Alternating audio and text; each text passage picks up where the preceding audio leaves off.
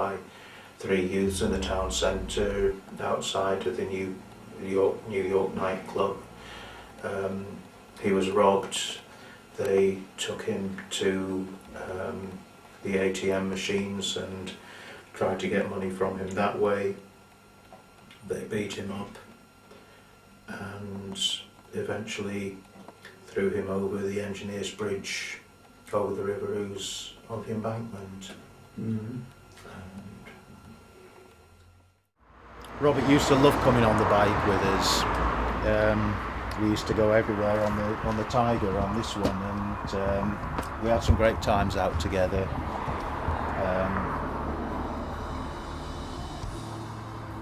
So really, this in a way is a way of remembering Rob. We have grieved for Robert, but I believe that our grief has been tempered a lot because we know that Robert is with God now, and we know that he's in the best possible place, and that our separation is only temporary. He's got his crown in heaven. He's okay. But, from that, we're very pleased to be a part of Bedford Street Angels.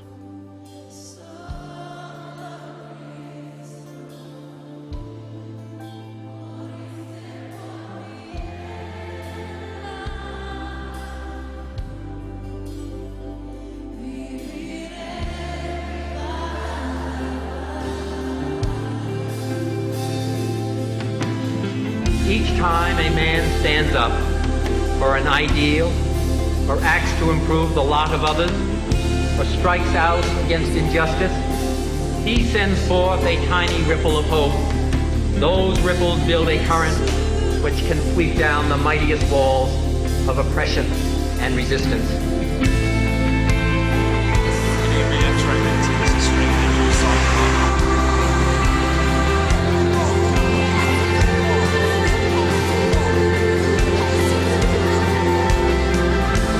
The greatness to bend history, but each of us to work to change a small portion of the event, and then the total, all of these acts will be written in the history of this generation.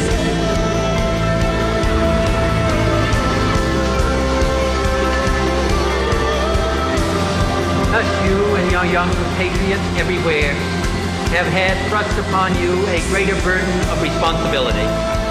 I believe that in this generation, those with the courage to enter the conflict will find themselves with companions in every corner of the world.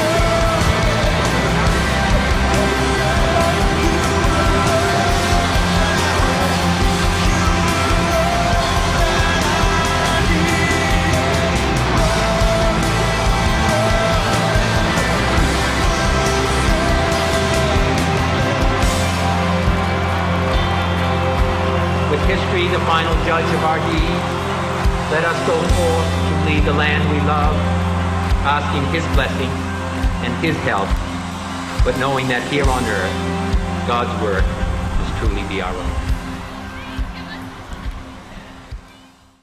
Well, I've got it's just a bit older than a teen now, but a son that would be out in town on a Saturday night, and yeah, you hear lots of things. I think it's a mother instinct. You see these vulnerable young people and you just want to be there for them. We hope that through the work that we do, that we help to keep people safe.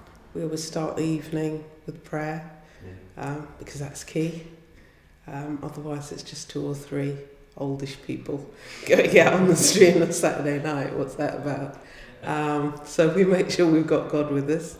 A bunch of us are basic first aiders. We carry first aid with us. We also carry water bottles, tea, coffee, emergency blankets to keep people warm. flip-flops to give to girls who've taken their high heels off to stop them cutting their feet on glass. And we're part of something called NightNet, so we are in regular radio contact with the police and with the bouncers and with CCTV. It's about doing rather than talking about being a Christian. Waiting for somebody to sober up enough for a cab to agree to take them home. Keep an eye on anybody that looks maybe a bit the worse for wear. Stop and chat with door staff. Sometimes the police will call us just to come and wait with somebody. She'd already called her mum, and her mum was on her way to pick her up, but she just wanted us to stand with her and make sure it was okay until her mum got there. The general impression was that this girl had just had a bit too much to drink. That was the impression that I think the police officer, that ourselves and that her mum all had. And it may have been true, but shortly after she had left and gone home, across the road people in the street just started dropping on the pavement. She was very ill, and thankfully we were called up and we were able to be with her and support her and keep her safe until an ambulance came.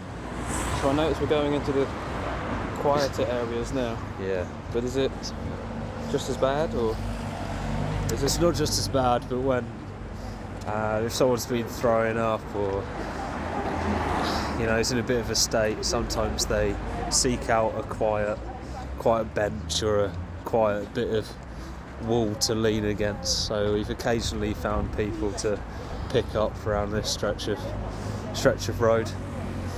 Happens every now and then. So many of the street angels can tell you an account of times when they've just been in the right place at the right time to help somebody. One of the most memorable occasions was when there was a guy mugged in the street. We were just out on the high street and it was really, really busy. Lots of people, and Daphne just turned to me and said, you know what, I really think like God's telling us to go to the Polish club. I think we'd been there chatting to bouncers for all of about 10 seconds when there was a shout, and across the road an elderly gentleman walking home had been attacked and mugged and had received quite a really bad head wound. He was gushing blood from this head wound. And we went to help him, and I was quite surprised of somebody who witnessed it called us over and actually spoke to us and explained what he'd seen. The fact that he actually came and confided in us, which really was quite great because it meant that he trusted us, but it also meant that the actual person that did it was caught by the police. And we were just there to make sure the ambulance and police were on their way to call them. Just put an emergency blanket over him and just to hold his head still, put a bit of pressure on the wound, that kind of stuff, really basic, but also just to talk to him.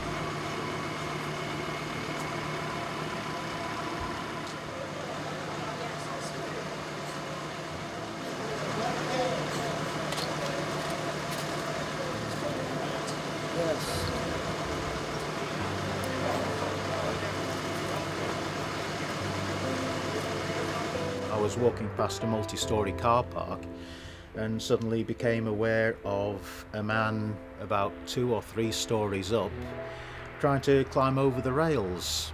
I then realised that there was somebody behind him, a paramedic.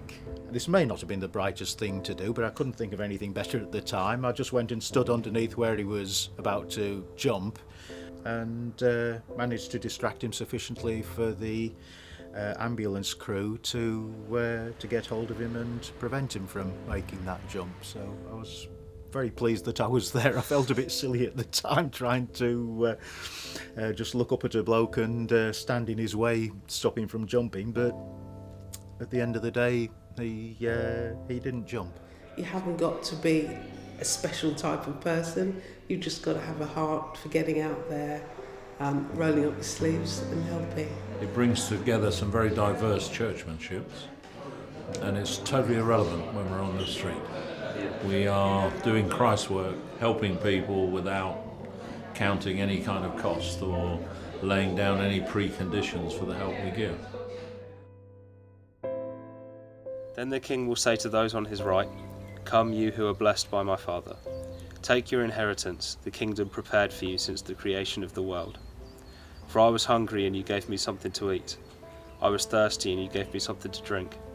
I was a stranger, and you invited me in. I needed clothes, and you clothed me. I was sick, and you looked after me. I was in prison, and you came to visit me." Then the righteous will answer him, "Lord, when did we see you hungry and feed you, or thirsty and give you something to drink? When did we see you a stranger and invite you in, or needing clothes and clothe you? When did we see you sick or in prison and go to visit you?"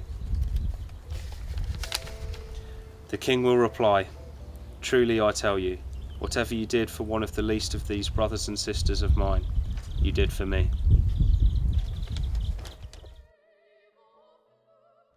With all the electronics stripped off the tank, there'll be a lot of room there for artwork, and the idea is to start around one side with the scene of the cross and a figure kneeling at the cross, and just as a nice little touch, the figure of Robert is wearing the motorbike jacket that he always used to wear when he was out with me, which says Triumph on the back, and the word triumph in a sense says it all.